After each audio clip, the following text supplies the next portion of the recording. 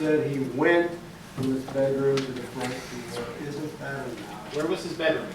Down the hall somewhere. I thought you remembered that. Don't you remember everything? No. Mr. Foreman, I'd like to see the diagram of the apartment. Why don't we have him run the trial over again, just so you can get everything Mr. Foreman. straight? Mr. Foreman? I heard you. All right, what's this for? How come you're the only one in here who wants to see exhibits all the time? Yeah, well, I want to see this one too. Well, I want to stop wasting time. I'm going to start reading through all that nonsense about where the body We're was not. found. We're not. We're going to see how a man who's had 2 strokes in the past 3 years and who walks with a pair of canes can get to his front door in 15 seconds. He said 20 seconds. He said 15. How does he know how long 15 seconds is? You can't judge a thing like that. He said 15. And he was quite positive about it. You saw him? He's an old man. Half the time he was confused. I mean, how could he be positive about anything? That's what you want. That's right. Thank you. May I?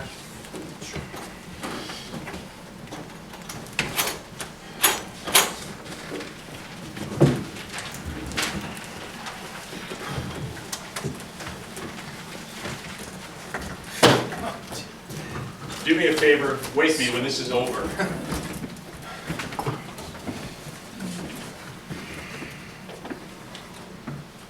All right.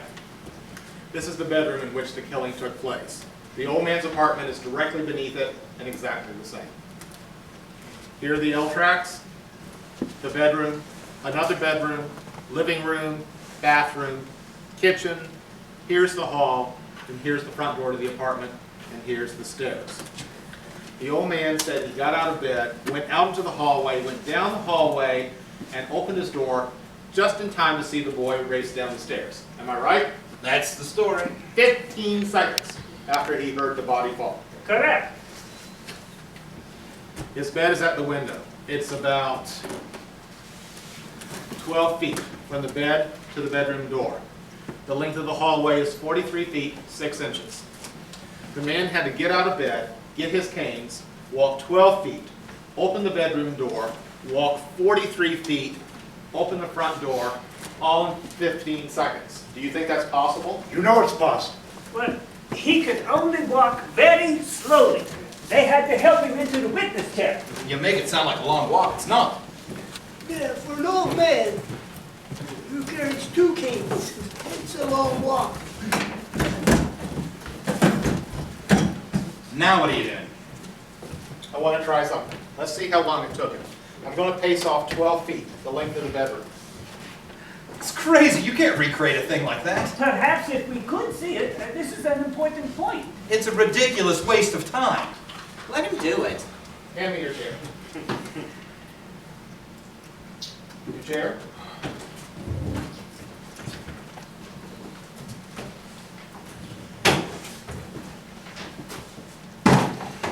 All right.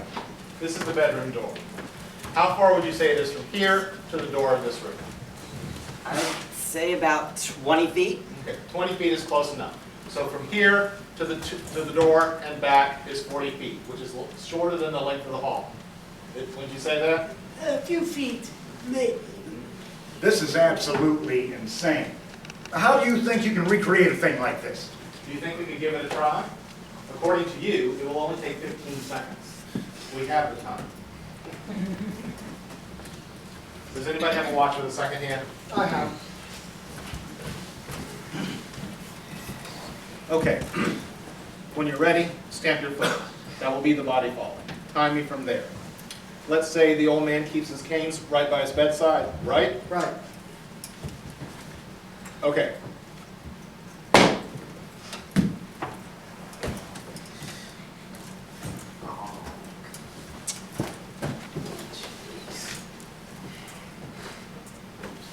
Well, speed it up. He walked twice as fast as that.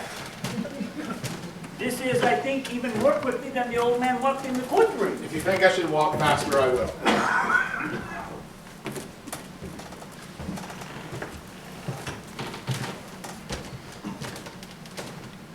Stop. What's the time?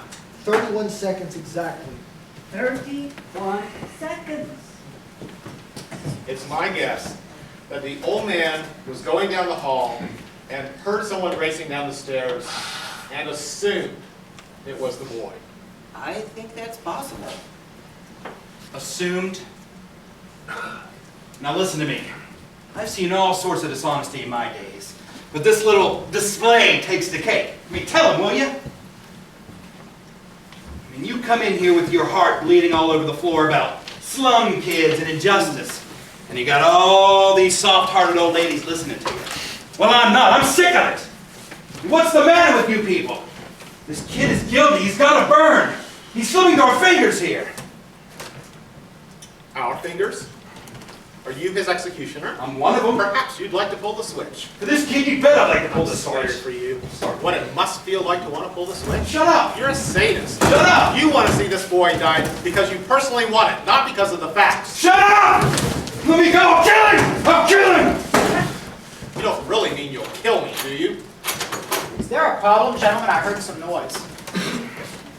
No. No, there's nothing wrong. You can take that back. We're finished with it.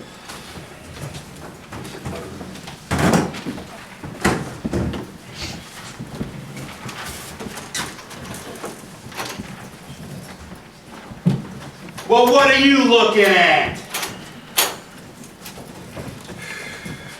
I don't see why we have to behave like children here. Nor do I. We have a responsibility here. This is the wonderful thing about democracy, that we are, what's the word? Notified. That we are notified by mail to come down to this place to decide the guilt or innocence of a man we have never known before. We have nothing to gain or lose by our verdict. This is one of the things that makes us strong. We should not treat it as a personal thing.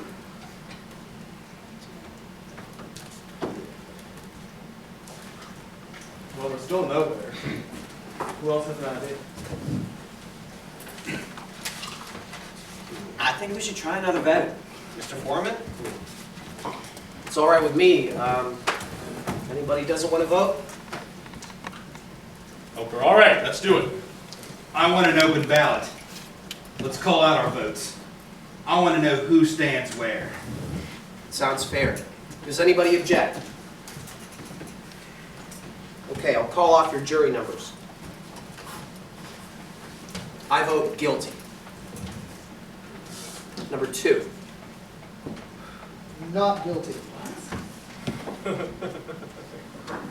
Number 3. Guilty. Number 4. Guilty. Number 5. Not guilty. Number 6. Not guilty. Number 7. Guilty. Number 8. Not guilty. Number 9. Not guilty. Number 10. Guilty. Number 11. Not guilty. Number 12. Guilty. 6 to 6. Well, I'll tell you something. The crime is being committed right in this room. The vote is 6 to 6. You know, I say we go right into the court and declare this a hung jury. There's no point in this going on anymore. I'm for that too. Let's take it into the judge and let the kid take his chances with 12 other guys. You mean you still don't believe there's room for reasonable doubt? No, I don't. But I beg your pardon. Perhaps you do not understand the term reasonable doubt. What do you mean I don't understand it? Who do you think you are to talk to me like that? How do you like this guy? He comes over here running for his life, and before he can even take a big breath, he's telling us how to run the show. The arrogance of him. Now, wait a minute. I don't remember anybody asking where you came from. I was born right here. Oh, or where your father came from. Maybe it wouldn't hurt us to take a few tips from people who come running here. Maybe they learned something we don't know. We're not so perfect. Oh, please, it's all right. No, it's not all right. Okay, okay. I apologize. Is that what you want? That's what I want. All right, let's stop the arguing. God, now who's got something constructive to say? Well, I was thinking about the stab wound, the downward angle of it, you know? Don't tell me we're gonna start that again. They went over and over in court. I know they did. But I don't go along with it. The boy is 5'8" tall. His father is 6'2". That's a difference of 6 inches. And I just find it difficult to stab downward into a chest of someone who's half a foot taller than you. Look, you're not gonna be satisfied till you see it again. So I'm gonna give you a demonstration.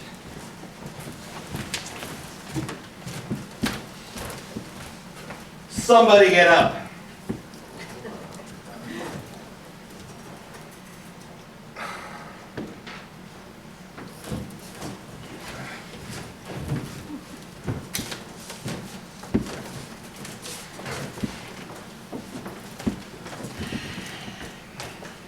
Okay, now watch this. I don't want to have to do it again. Is that about 6 inches? That's more than 6 inches. Okay, let it be more.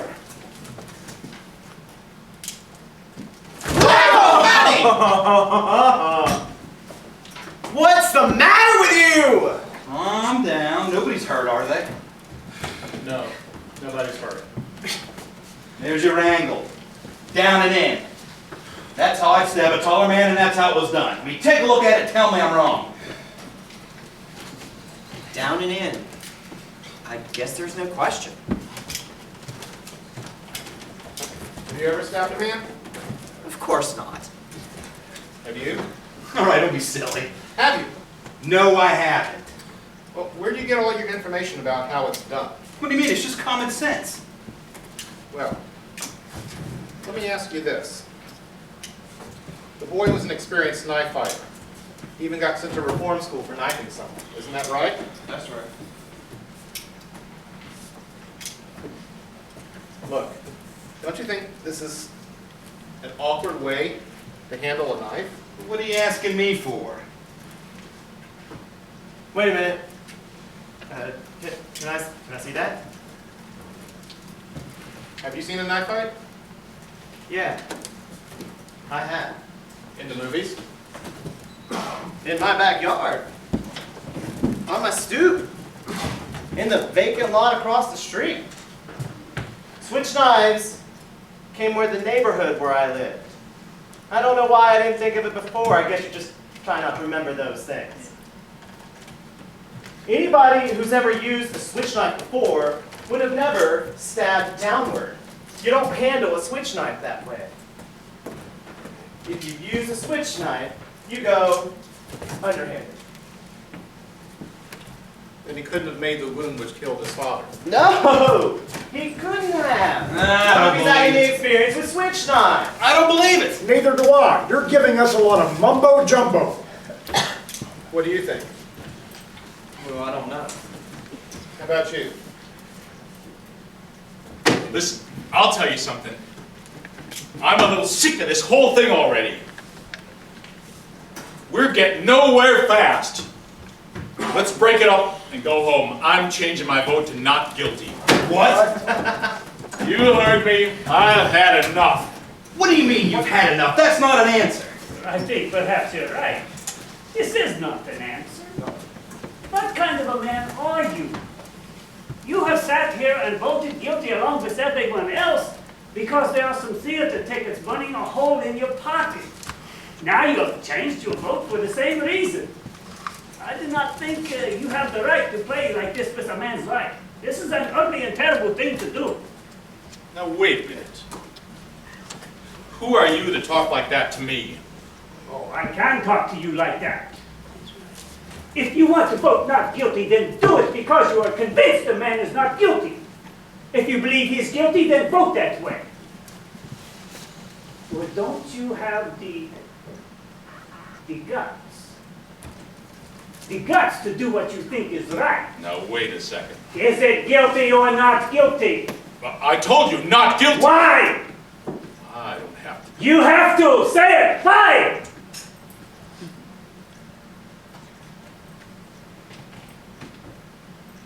I don't think he's guilty. I want another vote. Okay, there's another vote called for. I guess the quickest way is a show of hands. Anybody object? Okay. All those voting not guilty, raise your hands. 1, 2, 3, 4, 5, 6, 7, 8, 9. 9. Okay, all those voting guilty. 1, 2, 3. The vote is 9-3 in favor of acquittal. I don't understand you people. How can you believe this kid is innocent? You know how these people lie. I don't have to tell you. They don't know what the truth is. But I will tell you this. It don't take no real big reason for them to kill somebody. They get drunk and bang, someone's lying in the gutter. They don't care. Hey, where you going? Now listen, they don't look at human life like we do. They don't look at human life like we do. I mean, they're drinking and fighting all the time. And if somebody gets killed, somebody gets killed. They don't care. Oh yeah, there's a few that's decent. I'll be the first to say that. What is going on here? Now wait a minute. What's going on?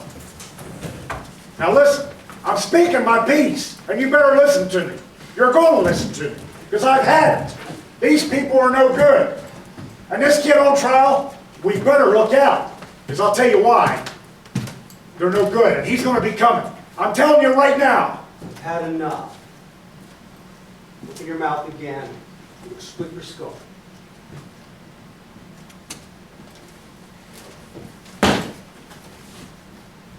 It's only trying to tell you.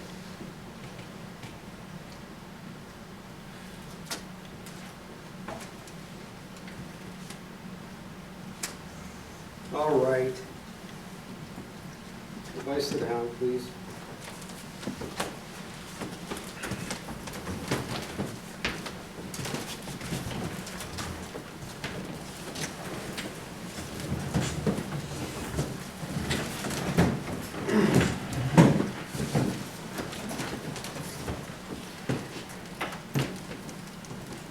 Well, I still think the boy is guilty of murder, and I'll tell you why.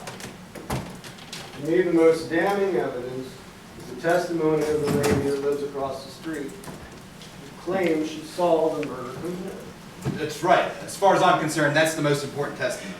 All right, let's go over the testimony. What exactly did she say? I think I can recount it accurately. She said she went to bed around 11 p.m. Her bed is over by the open window, and she can look out that window while lying down. She can see right into the window the apartment across the street. She tossed and turned for about an hour. It was very hot, she couldn't sleep. Then, 10 minutes after 12, she happened to turn over, look out the window, and she saw the boy stab his father. Now that, to me, is unshakable testimony. That's right. That's what I mean. It's the whole case. Frankly, I don't see how you can vote for acquittal after that.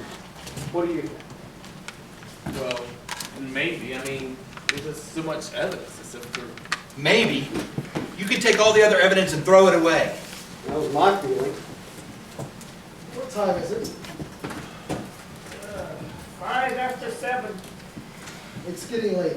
You think they'll let us wrap it up and finish tomorrow? I've got a kid with the mumps. Not a chance.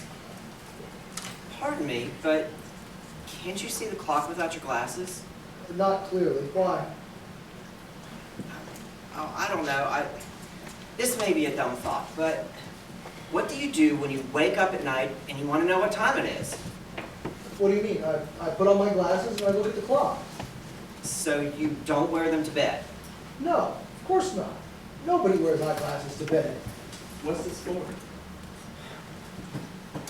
Oh, I was just thinking.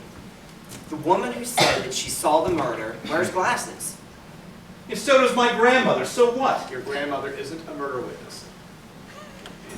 Look, correct me if I'm wrong, but she wouldn't wear her glasses to bed, would she? Wait a minute, did she wear glasses at all? I don't remember. Of course she did.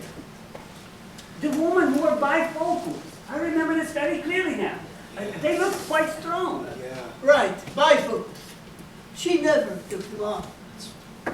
Yep, you did wear glasses. Can't believe I didn't notice that. Listen, she wasn't wearing them in bed, that's for sure. She testified that in the midst of her tossing and turning, she rolled over and looked casually out the window. She saw the murder take place, in a split second the lights went out. It's not possible that she could have put her glasses on in time. Now, maybe she honestly thought she saw a murder take place. I say she saw only a blur. How do you know what she saw? Maybe she's farsighted. I mean, how does he know all these things?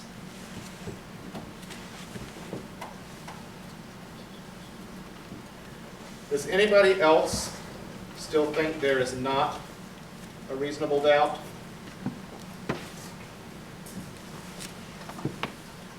Well, I think he's guilty. Anyone else? No, I'm convinced. You're alone. I don't care whether I'm alone or not. I have a right. You have a right. I told you I think the kid's guilty. What else do you want? Your arguments? I gave you my arguments. We're not convinced. We want to hear them again. We have time. Listen, what's the matter with you? You're the guy. You gave all the arguments. I mean, this kid's going to be walking the streets. A murderer's going to be set free. You can't turn now. Stay with me. I'm sorry. There's a reasonable doubt in my mind now. We're waiting. Well, you're not going to intimidate me. This is going to be a hung jury. That's it. There's nothing we can do about that, except hope that maybe in a few months, you'll get some sleep. You're all alone. It takes a great deal of courage to stand alone.